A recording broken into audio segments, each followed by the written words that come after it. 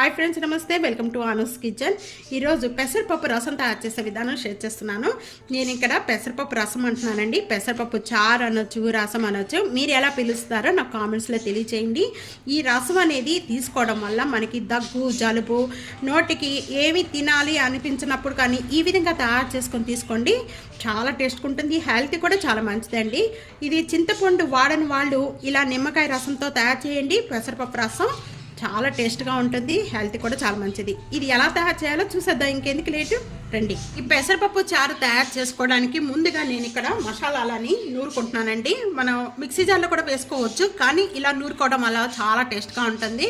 ఇక్కడ 1 table spoon జీరా, కొద్దిగా జీరా నలిగిన వెంటనే కూడా 1 టేబుల్ స్పూను మిరియాలు, ఈ 2 కొద్దిగా మెత్తగా అయిపోయిన వెంటనే కూడా ఇక్కడ నేను 3 వెల్లుల్లిపాయ రెబ్బలు తీసుకున్నానండి. 3 వెల్లుల్లిపాయ రెబ్బలు కూడా వీటితో పాటే నూరుకోవాలి. ఒక 2 రెమ్మలు కరివేపాకు, కొత్తిమీర కూడా యాడ్ చేస్తున్నాను. ఈ విధంగా మెత్తగా నూరుకోవాలండి. ఈ విధంగా మెత్తగా నూరుకుందంతా కూడా నేను ఒక బౌల్లోకి యాడ్ చేసేస్తున్నాను. ఈ సైడ్ పెట్టేసుకుందాం. 1 కప్ అనేది నేను పెసరపప్పు తీసుకున్నానండి. ఈ పెసరపప్పు అంతా నేను కుక్కర్లో యాడ్ చేసేస్తున్నాను. 3-4 టైమ్స్ వరకు కూడా బాగా క్లీన్ చేసుకోవాలి. 3 టైమ్స్ వరకు కూడా బాగా క్లీన్ చేసుకున్న పెసరపప్పులో నేను 1 టేబుల్ స్పూన్ ఇక్కడ ఆయిల్ యాడ్ చేస్తున్నానండి. ఇప్పుడు పచ్చిమిర్చి, ఒక టమాటా, ఒక హాఫ్ ఆనియన్ లాంగ్ గా కట్ చేసుకొని వేస్తున్నాను. 1/2 టేబుల్ స్పూన్ పసుపు యాడ్ చేస్తున్నాను. ఏ కప్పుతో అయితే మనం పెసరపప్పు తీసుకున్నామో అదే కప్పుతో 3 కప్స్ అనేది వాటర్ యాడ్ చేస్తున్నాను. ఒక 4 విజిల్స్ వచ్చే వరకు కూడా కుక్ చేసుకోవాలి. 4 విజిల్స్ అయిపోయిన వెంటనే ఇంకా స్టవ్ బంద్ చేసేద్దాం. బాగా చల్లారిపోయింది. ఇప్పుడు చల్లారిపోయిన తర్వాత ఇప్పుడు ఓపెన్ చేద్దామండి. పప్పు అంతా కూడా ఈ విధంగా బాగా మెత్తగా అయిపోయింది. మెత్తగా మెత్తిపేసుకుందాము. ఇక్కడ 1 టేబుల్ స్పూన్ సాల్ట్ యాడ్ చేస్తున్నాను. ఒక్క నిమ్మకాయ పొద్దంతా కూడా యాడ్ చేసేస్తున్నాను. విత్తనాలు ఏమీ లేకుండా ఈ విధంగా మొత్తం దీంట్లోనే యాడ్ చేసేసుకుంటున్నాను. చింతపండుతో కూడా చూపించానండి పెసరపప్పు చారు, చూడండి ఒకసారి. చాలా టేస్ట్గా ఉంటుంది. అది కూడా కొంతమంది తిన్నవాళ్ళు ఇలా ఈ విధంగా నిమ్మకాయతో కూడా తయారు చేసుకోవచ్చు. చాలా బాగుంటుంది. మనం మిరియాలు, జీలకర్ర ఇవన్నీ కూడా నూరి పెట్టుకున్నాము. ఇదంతా కూడా దీంట్లో యాడ్ చేసేస్తున్నాను. యాడ్ చేసేసుకొని మొత్తం కూడా ఒకసారి బాగా కలిపేసుకుందాము. రసం అనేది కొద్దిగా పల్సగా ఉండాలి కాబట్టి ఇక్కడ 1.5 గ్లాస్ వాటర్ యాడ్ చేస్తున్నాను.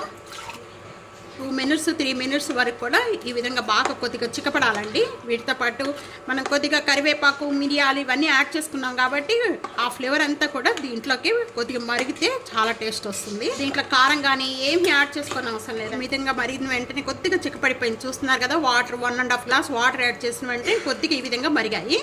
మరిగిన వెంటనే ఇంకా స్టవ్ బంద్ చేసేసుకుందాం. ఇప్పుడు వీటిని తాలింపు పెట్టేసుకుందాం. ఈ ప్యాన్ లో 2 టేబుల్ స్పూన్ ఆయిల్ యాడ్ చేస్తున్నాను. ఆయిల్ బాగా కాగిపోయిన వెంటనే 2 వెల్లుల్లిపాయ రెబ్బలు, ఎండుమిర్చి చిన్న చిన్న పీసెస్ గా కట్ చేసి, ఇవి కొద్దిగా వేగిపోయిన వెంటనే ఇంకా పోపు గింజలు యాడ్ చేస్తున్నాను. 1 టేబుల్ స్పూన్ పోపు. వేగిపోయిన వెంటనే ఒక 1/2 టేబుల్ స్పూన్ ఇక్కడ ఇంగువ యాడ్ చేస్తున్నాను. 1/2 టేబుల్ స్పూన్ ఇంగువ, కొద్దిగా 1 రెమ్మ కరివేపాకు. ఈ తాలింపు అంతా కూడా ఈ పెసరపప్పు చారులో కలిపేసుకున్నాం. చాలా టేస్ట్గా ఉంటాయండి. ఈ విధంగా తప్పకుండా ట్రై చేయండి.